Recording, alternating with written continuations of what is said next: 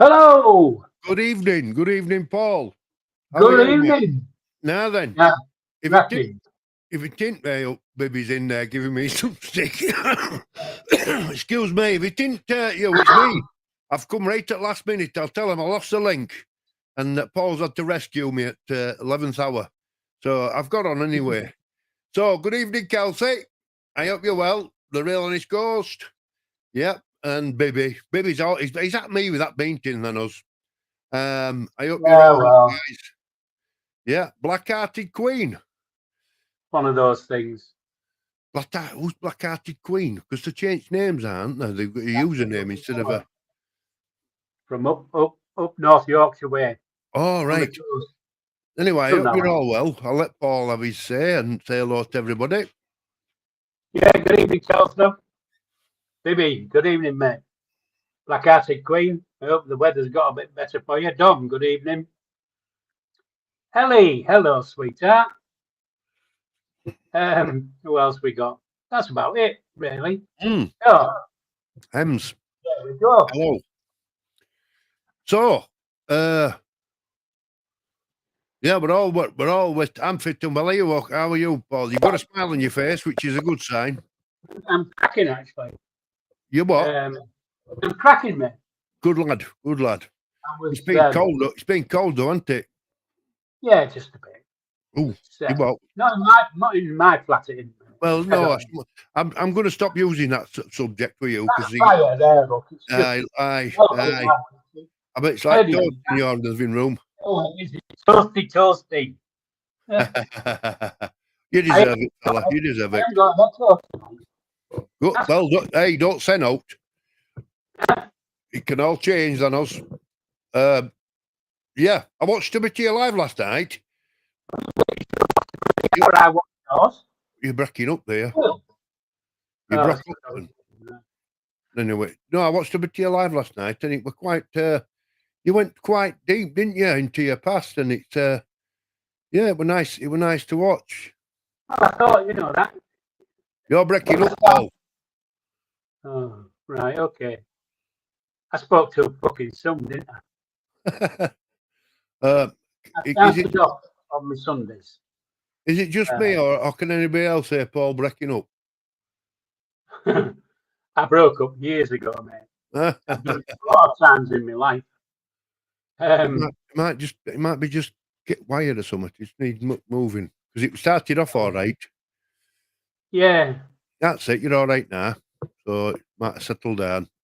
Microphones like a microwave. I don't know what that means. There you go. Microphones sound like a microwave, Grandad.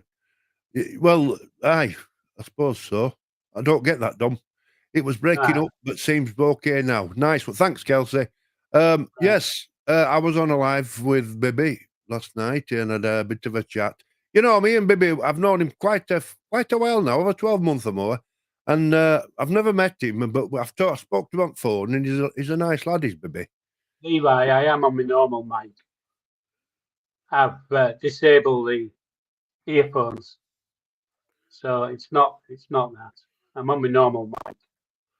There's a little chegging, the little Grandad, our Levi. But you are like you two, aren't you? Well, I'm a little bit better looking. Yeah, but he's got age on his side. He's got a full set of teeth as well. They're looking at. He's put a few pound on and all, hasn't he? I don't think you can say stuff like that. Oh, you can. You can to Levi because he don't mind. can't be calling him chubby. No, I'm not. You called him chubby. I just said he's Oh, put a you- few pound on. I put a few pound on. All right, okay. Hey, Levi, you know I love you. yes. Original YS, how we doing? Hey, Sorry, Levi. Good evening, son. he must. That you must be a Yorkshire lad. Original. Saying hey up. Hey, up. Now then, what we going to blather on about tonight? Well, I don't know. What do you want to talk? What would you like to talk about? Evening, Sharon, darling. They're all jumping on now. I listen from the southeast. So she's My background looks right. My background looks right bland, doesn't it, and boring compared to yours. Looking like you sat at pub with flames. What's all them things that's flying about behind you? Hearts and flames and all sorts. No, it's all the stuff that they put in the chat. All right. right. The hearts are flying about now. I'm not that. Can you see the hands clapping? Well, that was it. Well, yeah. I'm not that clever. I don't know. Sharon, good evening. I presume you're in because somebody. Yeah, there you go. Sharon's up there. Yeah, I said hello to Sharon. Nice to see you, sweetheart. She's loyal, Sharon. She pops in every week. Where are we going to go? Well, you know, you can't get any bloody service at the back here. There's no bugger behind the bar. Hey, it's a nice country pub, is that, isn't it? I'd like to know. We could have a game of darts on us. I know, it'd be a bit hot. You'd have to move that. You'd have to move that table, look.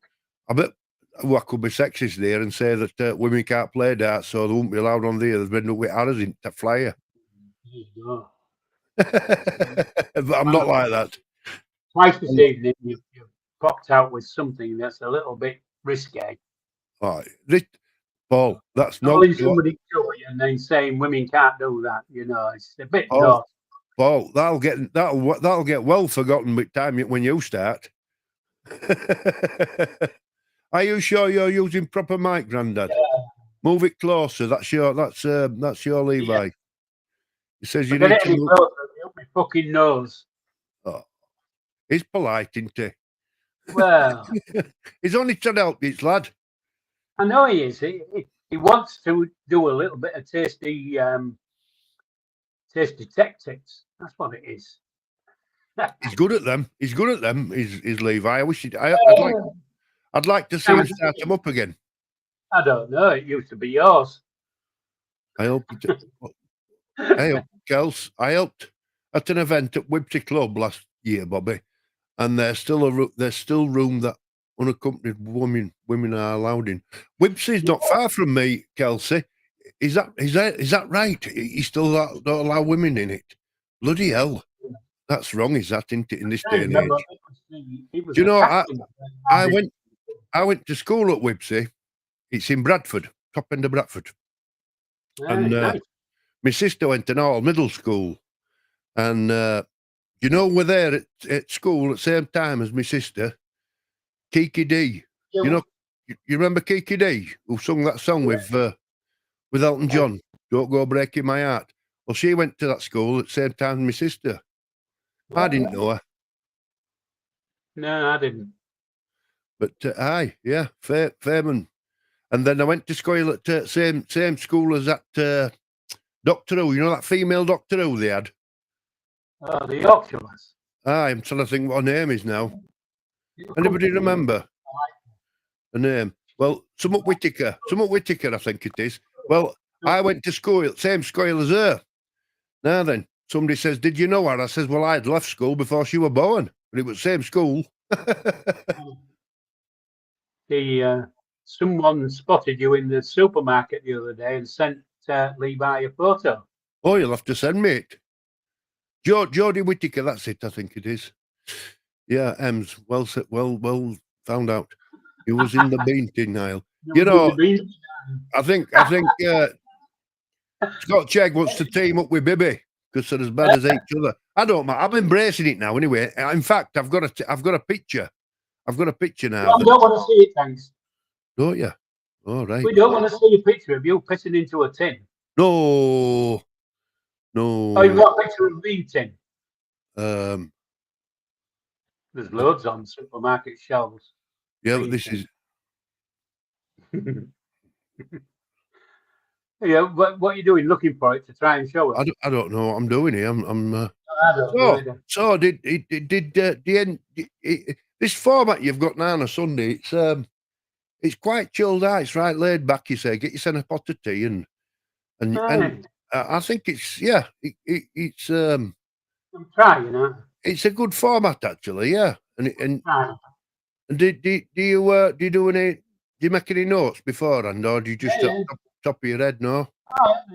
I have notes, and then what I do is I put my notes on my camera. Right. Camera in front of the microphone, so I don't look as though I'm looking at notes below my microphone. Right, I'm with you. Notes are only, they're only bullet points. Yeah. But yeah, so Breezy, Belfast. There you go. I haven't been to Belfast for bloody years, mate. I've never been to Ireland. And, yeah, nice place. Breezy, nice to meet you, fella. Yeah. I hope you're well. But it's cold. Is it cold over there at this time of year? It's cold here in Yorkshire. It's cold all over, isn't it? Yeah. So, Breezy, have you come in on Bobby's channel, or have you come in through my channel? If that makes sense. I don't know if it does. He might have just spotted a live, you see, because and thought I'll just see what they're on about. Anyway, it's nice to meet you. Breezy Ice. That's a nice, warm, welcoming name, isn't it? Breezy Ice. Oh yeah, I've just read it now. So, Chrissy, how we doing? You all right? hi, Chrissy. Yeah. So you like what you're doing on a Sunday now, then? Because it's totally different to what you were doing. Well, the one where I did the music one, the Echoes of My Past, I think it was called. Well, that triggered some memories, and I thought, well, the second week, those memories, what the music had twigged, got the juices flowing. I'll use that. So, I messed about for an hour. So Tuesday, Wednesday, and wrote what I thought I could talk about, but I only managed to talk about 3 people in my life. So next week I'm going to extend it and go on to my teenage years, and when I first met the mother of my first daughter. Right. And my trips around the world whilst I was in the forces till 1976ish. All right. There is a lot of there's a lot of people who trodden the same path as me. They haven't all taken the same path as me, but they've followed me on a path. Yeah. And they've influenced me sometimes on that path to take another path. You know what I mean? So that's the way I was going. And anyway, that's Sunday nights, not Mondays. Let's talk about Mondays. What we got for Mondays? What can we talk about for Mondays besides? I've just said in chat we got Black-Hearted Queen. I bet you're not Black-Hearted Queen, really. I bet you're a softie.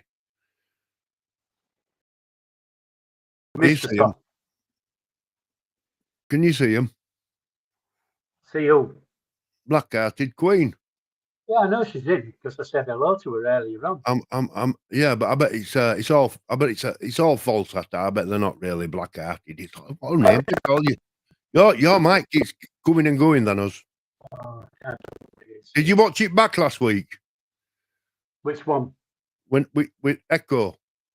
No, I didn't. I were fine. I'd got mine sorted out. It sounded like you were at airport. I don't know why my microphone is not working tonight because it's the same microphone I used last night. It sounds like a connection because it's fine now, but then all of a sudden it'll just start crackling. It must have something to do with this when we join on this stream thing. I don't know. Maybe it was okay. Nobody Maybe. said, "Oh, the microphone keeps going off and on." Well, it's the same bloody mic. I mean, the same Right. piece of software. The only difference is I've got you in here. So that's the only difference. Right, we're I gonna don't- go. I've got a subject for you now, and it's you're going to do all the talking today. No, right. Right now, then, when you first signed up, and you were off, your mum polished your hair and combed your boots, and says, "On your way, lad." And where were you? Where were you stationed? Aldershot. Aldershot. Now, then, what were your first?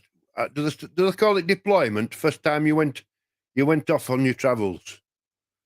My first deployment was down Bibby's Way, North Weald in Essex. North where?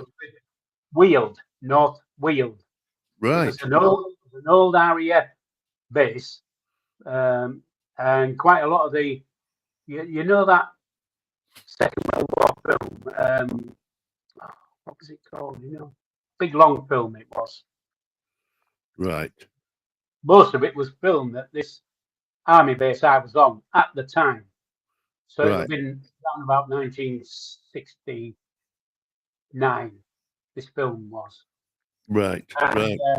it was an old RAF place called North Weald, and I was attached to the 1st Battalion, the York and Lancaster Regiment. Right. Oh, bloody hell. The clubbed you together with Lancashire. They're not right, them folk. No. You see, that's you jumping at straws there because it's York and Lancaster Regiment. Oh, Lancaster, York and Lancaster. I thought you said Yorkshire and Lancashire. No, not Yorkshire and Lancashire. It was a Yorkshire regiment. We don't want clubbing together with them buggers. Anyway, and Bradford. and how did that work then? Deployment, were they like a crew you went? Were they a few all went together? No, I was the only one. I was the Well, only. they just sent you on your own to this deployment in down south. Yeah. What they do is just send you on train and say get you sent down there. Yeah, I had a couple of. What it was, but you'll know how the army works, I presume. You go in the army, you do all your training, blah blah blah, go to well, whatever you're doing, and then you do a thing called you pass out. Right. You don't literally pass out. You pass out. And that means you're a qualified soldier, basically. Yeah, basically. And when I passed out from the Army Catering College in 1969, there was 36 other junior tradesmen who passed out on the same day. Now, all 36 of those got deployments. You know, some went up north to Scotland. You know, they all went to different regiments and places. Right. I was the one who went to the York and Lancasters at North Weald. However, about 2 months after I got there, 2 months after I got there, another lad came in who was in training with me, and he'd been sent to another regiment. And this because of the times, the Labour government was getting rid of the forces. You know, they were amalgamating shit and getting rid of people and making it smaller and more compact and whatever excuse they had to save fucking money. And that's what they did. And of course, he went to a regiment that was disbanded. And he came to the one I was at, the York and Lancasters. Mm. And the month of him coming, we were disbanded. So you didn't spend long with same what do you call not team crew, what would you call it when you're at Well, it was a regiment? You didn't say you didn't spend a lot of time with same one. You'd be moved about. Yeah. I didn't spend. I mean, with the York and Lancaster Regiment, I think I went there in June or July sometime, 1969, and by the beginning of 1970, I was with the 10th Signal Regiment in Hounslow, Middlesex, just near the airport. Right. I'll just say good night to Sharon. She's having to go. Night night. Take care. Right. Right. So, and then I don't know how long I was with 10th Signal Regiment. Then I was moved a year later or so to 11th Signal Regiment, who were based in Singapore. And Right. again, Singapore. I was a married man then, and the posting was to 11th Signals at British Military Hospital in Singapore, and it was supposed to be a 3-year posting. You know, Right. diploma, whatever you call it, it's a posting. So, because it was a 3-year posting and I was married, meant I would get married quarters, and the wife would come. However, it didn't happen like that because I got to Singapore. I think it was January time, 71, and I hadn't been there 4 weeks when the government decided that we were going to pull out of Singapore and get rid, basically. So I was a bit like a bad penny going everywhere, because everywhere I went, the fucking government got shut of it. I didn't get any marriage quarters because they were closing down. And I think I was with them for about 11 months in Singapore. So you didn't know, you never knew when you were going to go be deployed. You just didn't they give you any notice or anything? Yeah, but they don't come in on a Monday morning and say, right, you're fucking going to Singapore tomorrow. You know, No. you get all the proper. Right. So how do you get team building then and camaraderie if you're not with same crew all the time then?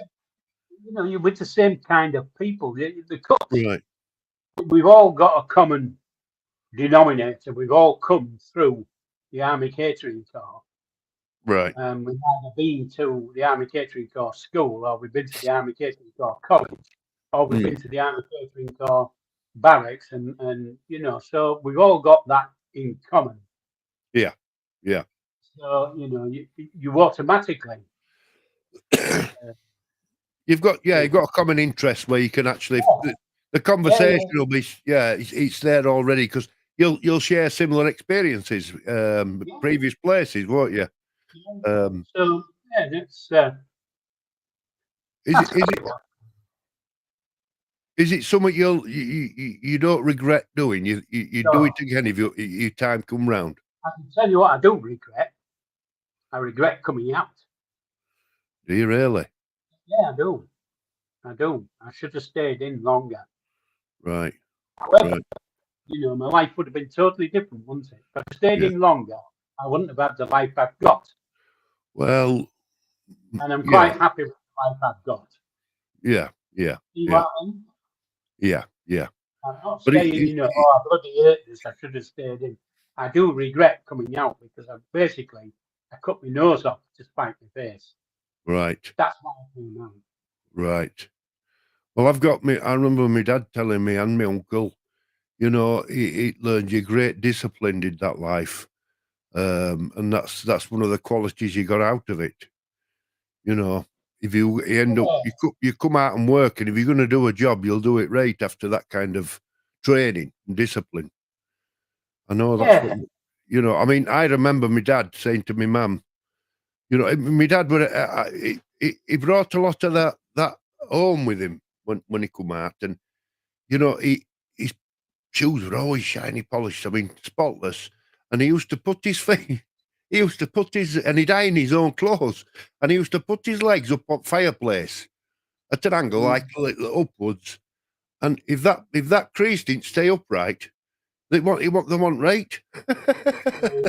Yeah, but he says he says what they learnt me, and he says when you do look back, it was the right way to do things, and he says when a lot of people come out of army or navy or air force, that discipline they take through life, and when they're going to do something, he'd say they'll do it right. Because he'd suffered the consequences of not doing it right. Because he used to say to me, "You couldn't bluff them lads and then nobody had an excuse. You weren't allowed to have an excuse." Yeah. Like I say, it wasn't for everybody. Not everybody came out with the same experience and No, whatever. no.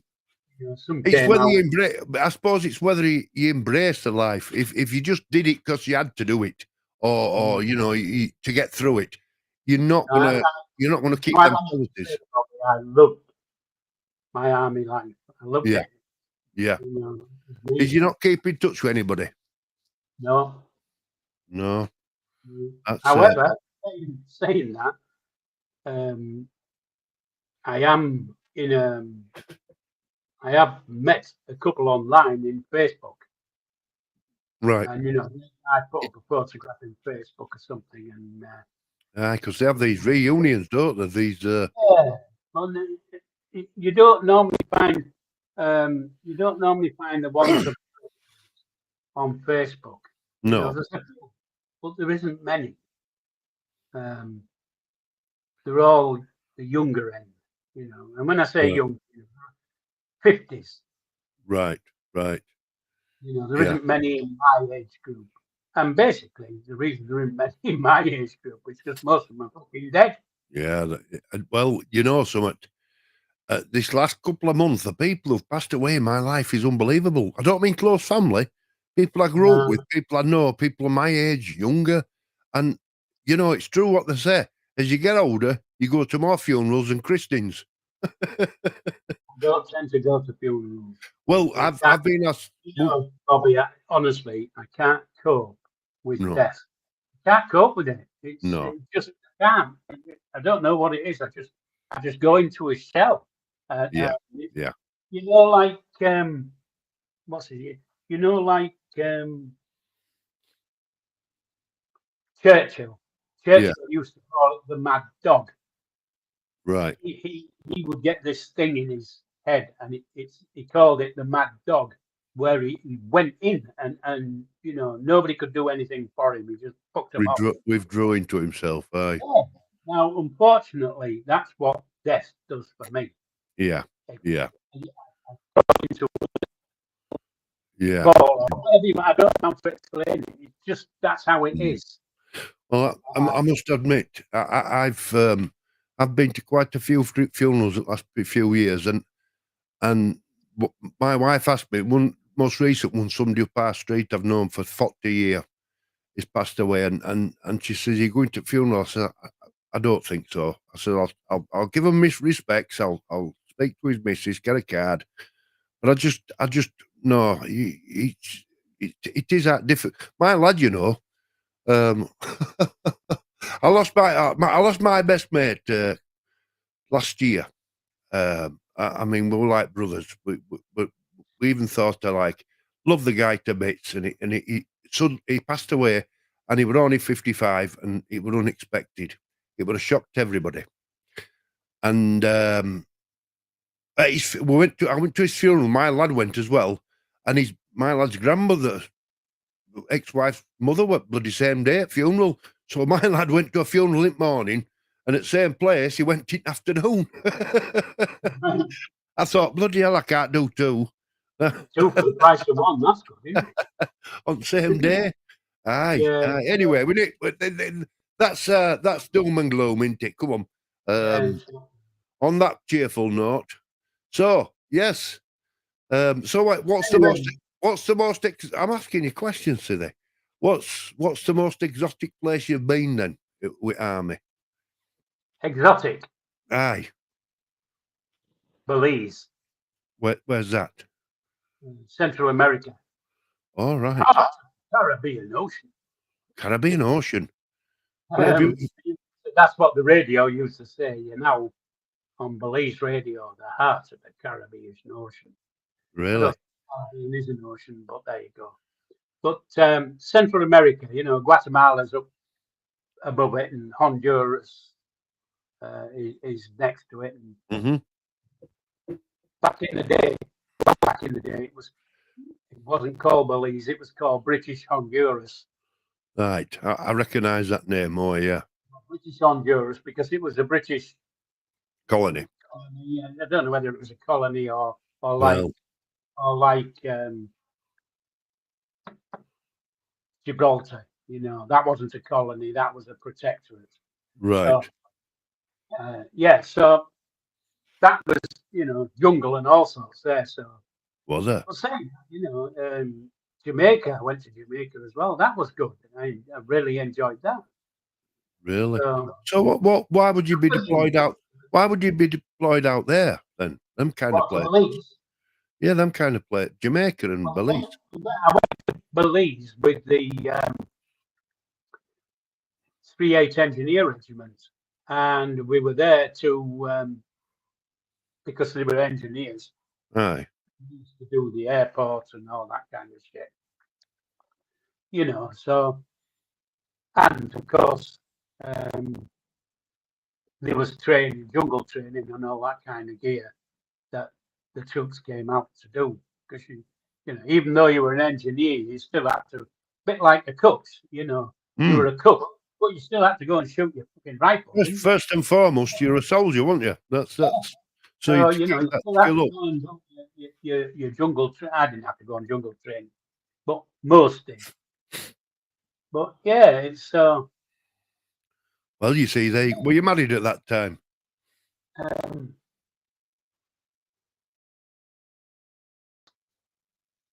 I was divorced. Well, yeah. Hey, you could have met one of them local lasses and married her. Your life could have changed totally, couldn't it? When you're out in them places. Yeah. Eh? Well, you were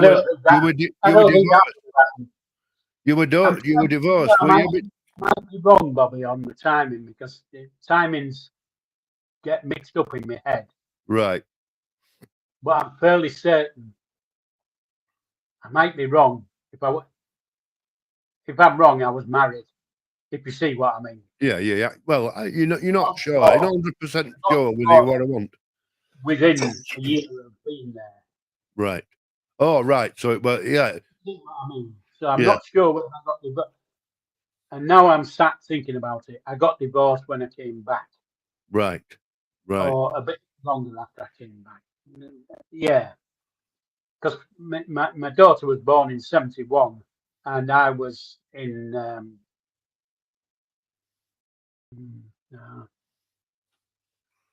I don't know. I've lost track. I can't remember.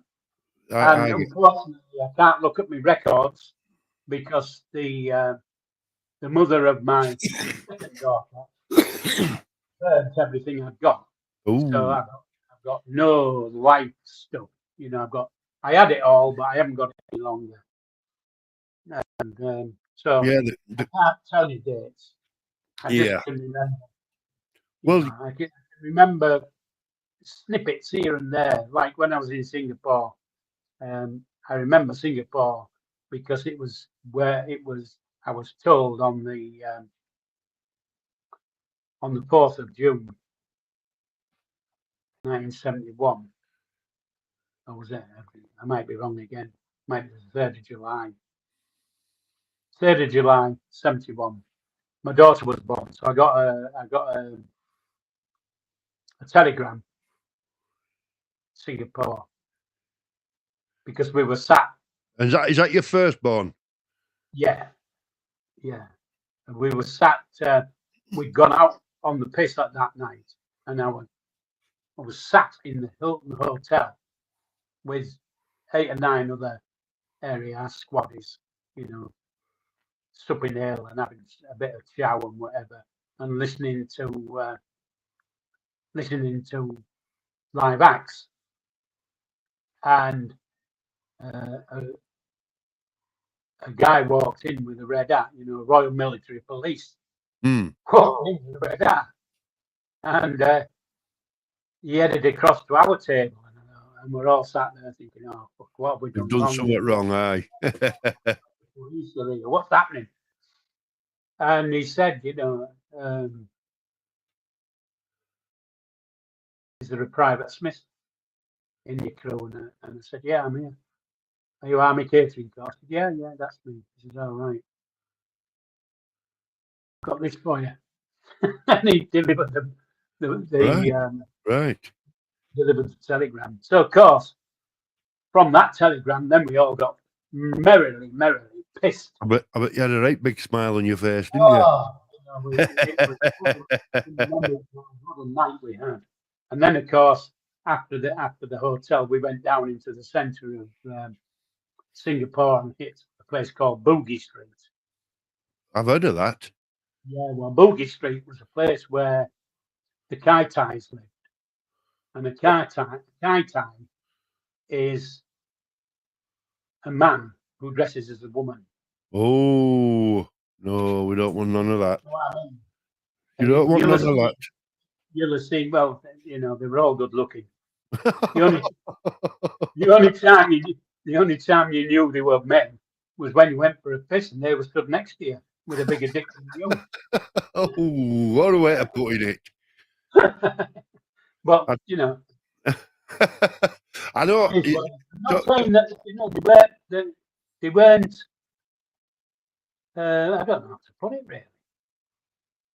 They weren't gay or queers or whatever the term is you can use nowadays. Yeah. They were just basically men who wanted to be women. Dressed in women. Cross-dressers and all that, aye. Well, yeah, but, you know, the men look better than the women, quite honestly. Another story. You know, if you get a minute, just Google Boogie Street.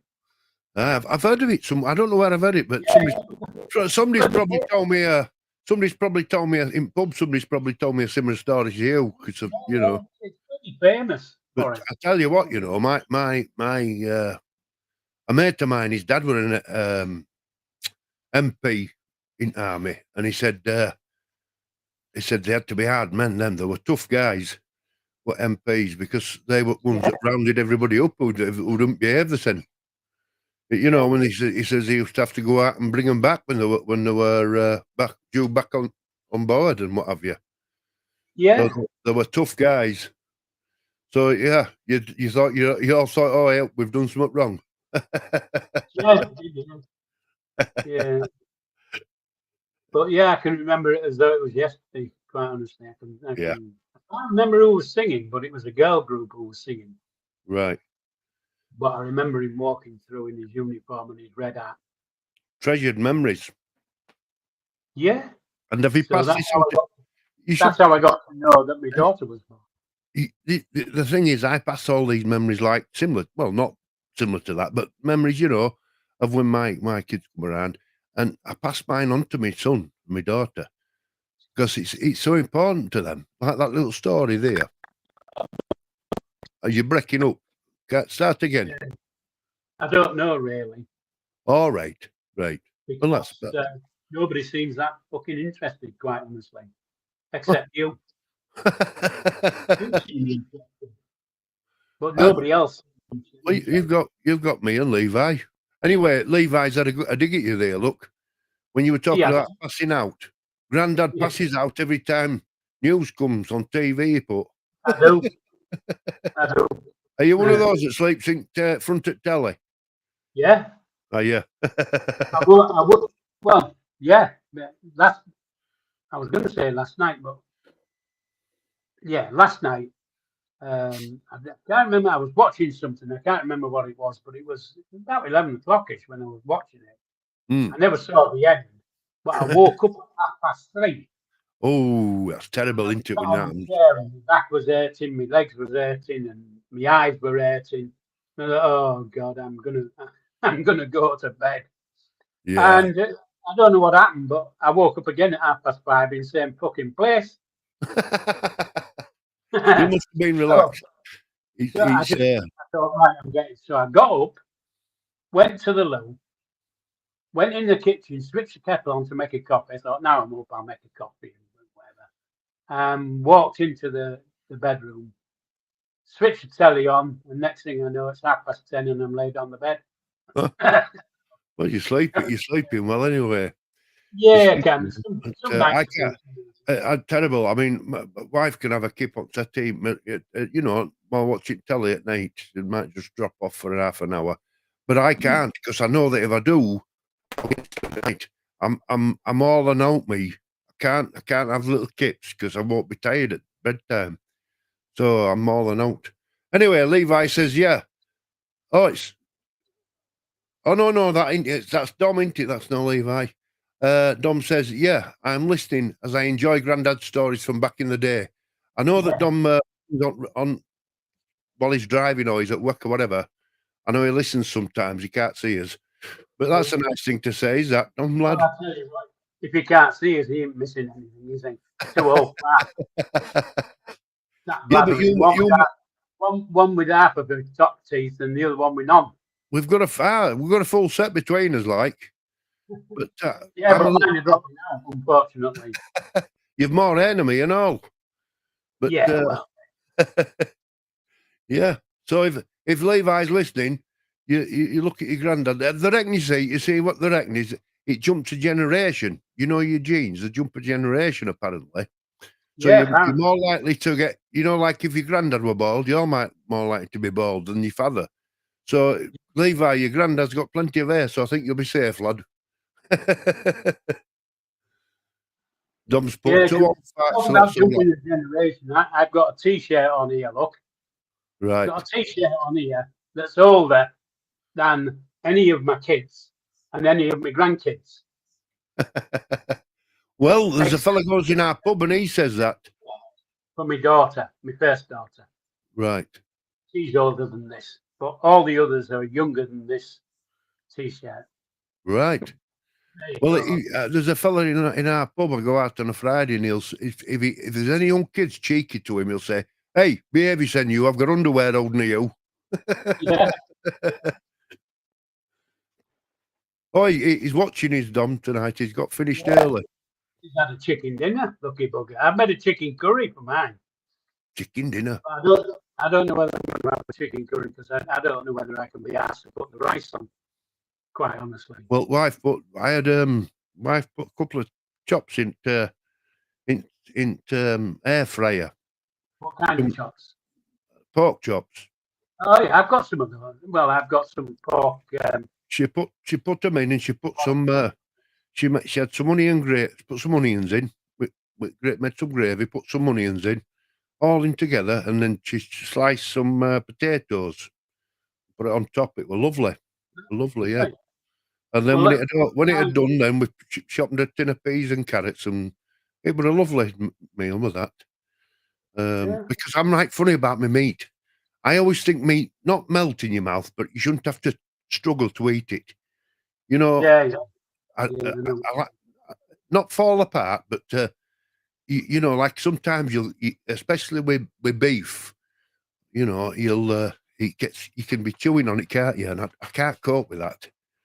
But hey, I've had an afternoon of I've forgotten what you call it now. An afternoon of batch cooking. So I've done, like I say, I've made a chicken curry, and I've got 2 meals out of that. So that's 2 meals for the next week. Then I made. That's where to do it. I've made some pig's liver and bacon casserole, and there's 2 meals there. Where to do it? Well, watching that live you did last night, I got a sense that you'd picked up because you have got a bit of a love for cooking from your mother, because you were telling us all about how. I don't know if that's where I got it from, but back in those days, because I was the youngest lad, and my eldest brother had got married and gone, and my second eldest brother had got married and gone, and it left me and an older brother. Now, he was away at work. I was still at school. You see what I mean? My mum was working all day, and my sister was at school. She was younger. And so, of course, it came down to Paul being the cook for him who comes home at tea time, and my sister. Right. So my mum would, prepare stuff and whatever, and then she'd say, right, you do this at 5 o'clock, and So I had to cook, basically. Right. Yeah. Yeah. Part of your upbringing, you learnt. you learnt that there's certain things you have to do at certain time. But I like the story of how you all took turns in with sugar and what was it? Sugar and butter. Sugar and butter, yeah. Needing it. Turns because I think it's a lot of battering about. We didn't have little machines. What you could put it and whack it up and whatever, and it had to be exactly right. So it had to be white and creamy. Otherwise, she said it won't. The cake won't be right. You've got to do it. Anyway, did you? Ties your eye. Did you? I'm going to ask you now. See if you're honest. Did you ever get your lug clipped and pinching a bit when you were needing it? Because as a kid, that'd have been. You couldn't have. It'd been a temptation. That. I tell you what, I didn't get the lug clipped. No. I can tell you now. Once it was all made, once the cake was made, we would be fighting over who had the bowl. Yeah, we did that. Me and my sister. No. Beautiful, isn't it? When you're a kid, that's so nice. Is that that? But I did told that a couple of times from my mum because I didn't pass it on to my sister. Who was younger. Right. But, yeah, I just when you said that you all took it in tens and there were a few of you doing it and you'd pass it the next one, and I thought, well, if they all take a little nibble there's been out left in it.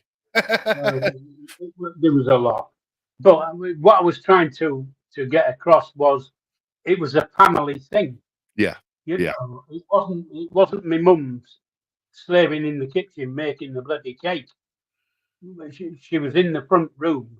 And we were all in the front room, and it started there. It didn't finish until she went into the kitchen to put it into the pans and whatever.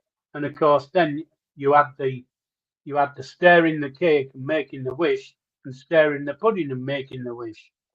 Right. And it's just a part of the Christmas.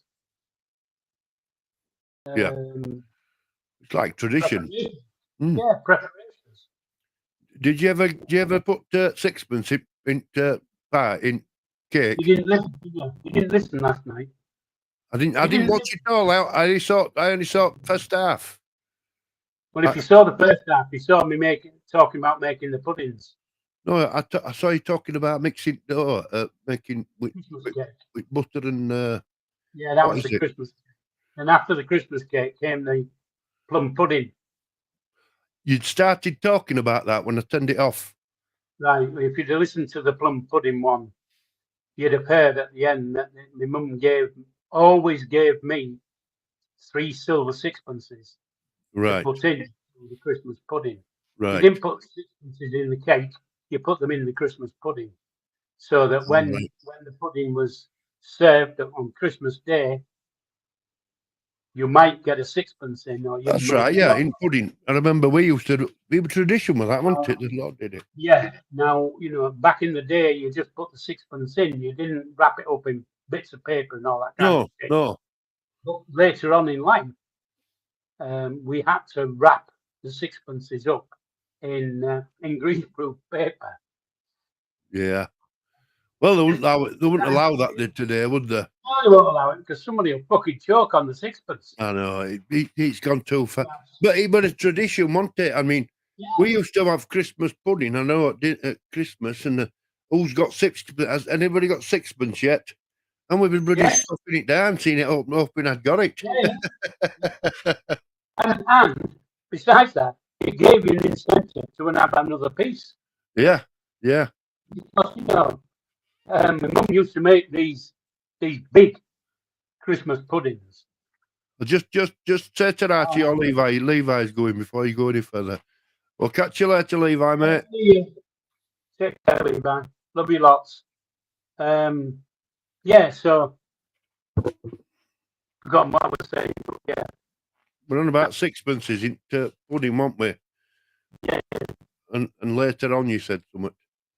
Yeah, she used to make this big pudding. And of course, when it was cut up, it was only thin slice, it was cut and then cut again, then cut again, then cut again. And you got a thin slice with either your brandy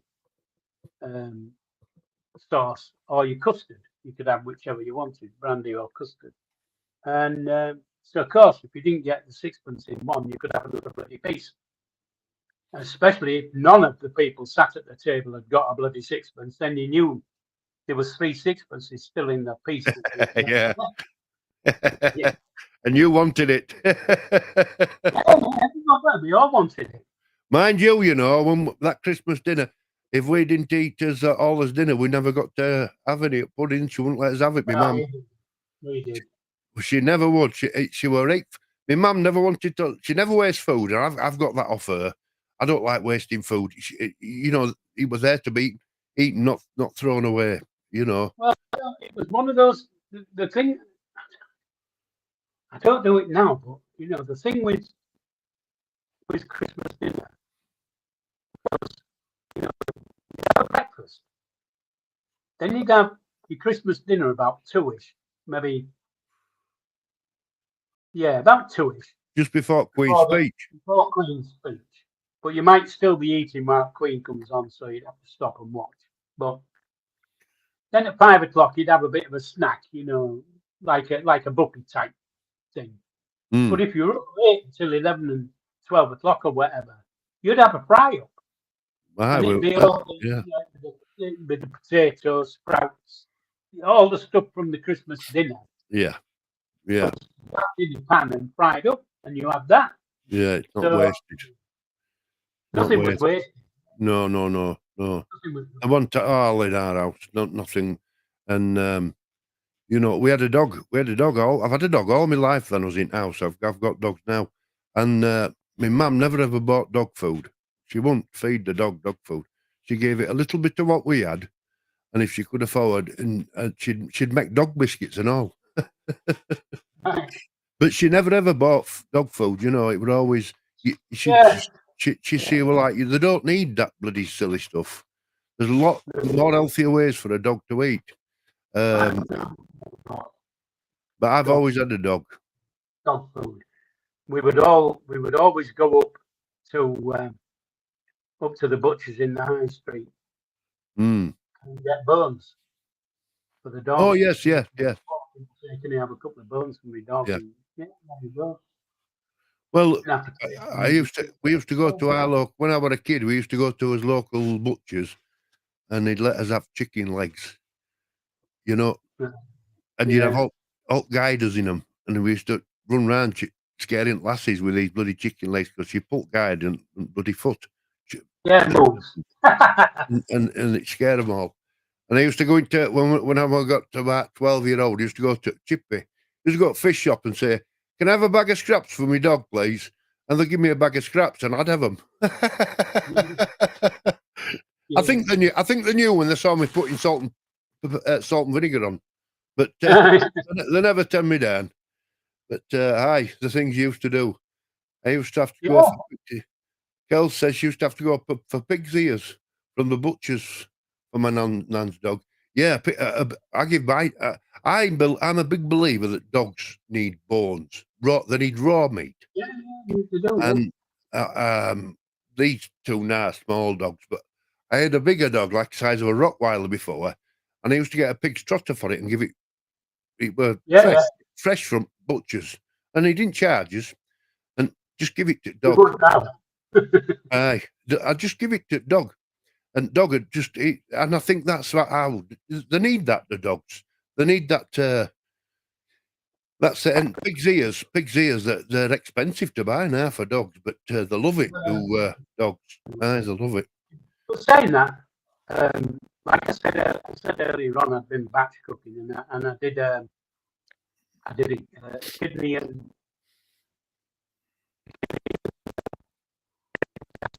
You're breaking up. It's because I'm turning away. I did a bacon and liver casserole. Oh yeah, you said aye. And the liver is enough, and I eat like a pig, if you know what I mean. I'm a big eater. Right. This I only eat once a day, so I have a big dinner. Well, I was binge eating that, and that's not good. There's enough liver for 2 good meals for me. and it was £1.86. Oh, that's all right. What do you put with it then? How do you make it? Well, I had some back bacon, which is cheap, Yeah. and an onion, and I had some shriveled up old mushrooms and shit. I fried them all together, put it in the pan, made some gravy, whacked it on the top, and whacked it in the oven for half an hour. Then got it out and put it onto dishes ready to cool and go in the freezer. You'll enjoy that. You'll enjoy that. I'm not a lover of liver. My sister and my dad used to love it. They used to when I was a kid. My mum didn't like it neither. It was too dry a meat for me. But well, I think it's the thing with liver is because you've got pig's liver, lamb's liver, and liver or beef liver or whatever you want to call it. I don't know what they call it, but it's just liver. And even though the liver, the pig's liver, is basically a juicy one, as long as you don't overcook it. Yeah. But lamb's liver is a little bit more coarse, and of course the beef liver is as big as a fortnight, but right. it doesn't taste as good. No. But they all do the same job, you know. Yeah. But I mean, my sister and my dad used to sit there at table and just liver on a plate with some onion gravy, and they were content. But no, it wasn't my meat of choice, if you like. I'll tell you what I do like though. I like them patés they make now. Get liver pate, can't you? And put them on crackers and stuff. Yeah. They're nice. I'll tell you what, my mum used to make all her own dripping. Oh yeah. Used to make her own dripping and put some salt on it, make a dripping sandwich. And you'd be able to go to the butcher and get the dripping for now. Hey, you want to see how expensive it is now at butchers? I can imagine. It's about £3 for a tiny tub. You had to get. When I say you went to the butcher. You went to the butcher for the pieces. You know, it wasn't. It wasn't rendered down into fat. It was lumps. Oh yeah. You make it. Yeah, you break it down, and my mum used to make it. If it was minced at the butcher's, they'd call it the suet. Yeah, suet. Yeah, suet. Well, when we used to, if you went and got it in a lump, you didn't pay. All right. So you did. Yeah. But you would do it. Then you get it home, you chop it up, make it small, stick it in a pan, and just basically put it on a bloody hot gas. Well, we didn't used to put it on the gas. We used to put it on the open fire. Right. And just let it melt down, basically. Render. Yeah. Well, when I used to come home from school and I used to say to my mum, "What's for tea?" or "How long's it going to be?" She'd say, "It'll be an hour. You're not having out yet." I'd say, "Can I have a slice of jam and bread or dripping and bread?" She'd say, "All right then." And I'd get a slice of dripping and bread or jam and bread, and I'd run out the house with it and be back for an hour.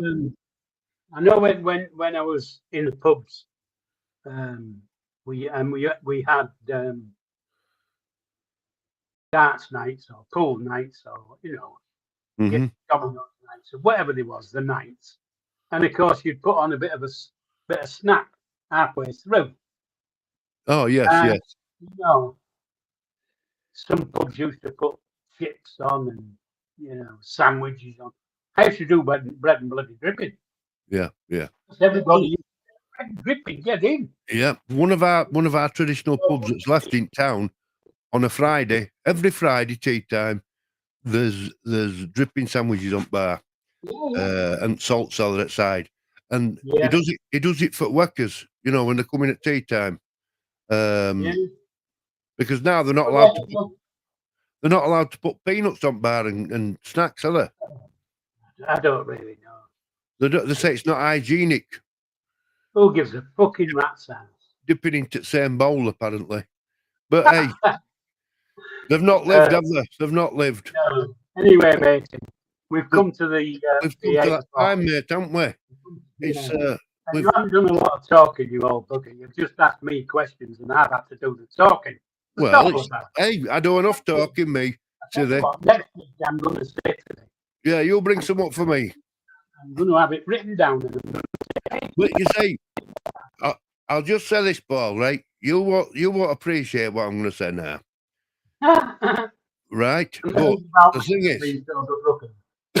thing is, you don't think it's that interesting, your stories. No.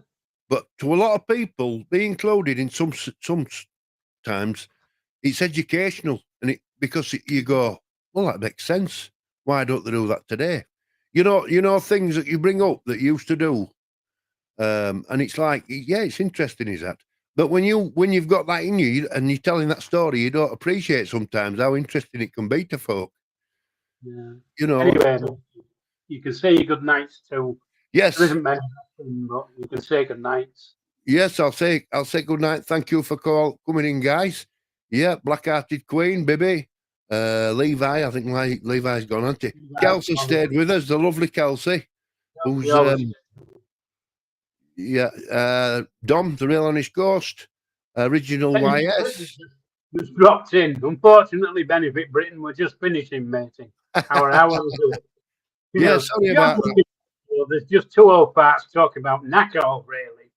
So, it's good to see you, Benefit Britain. It's good to see you. If you want to watch it back, you can do. We'll be finishing any time now. Anyway, I'll thank everybody for coming, and we'll see you at the same time, same place next week, and I'll let Paul take over from there.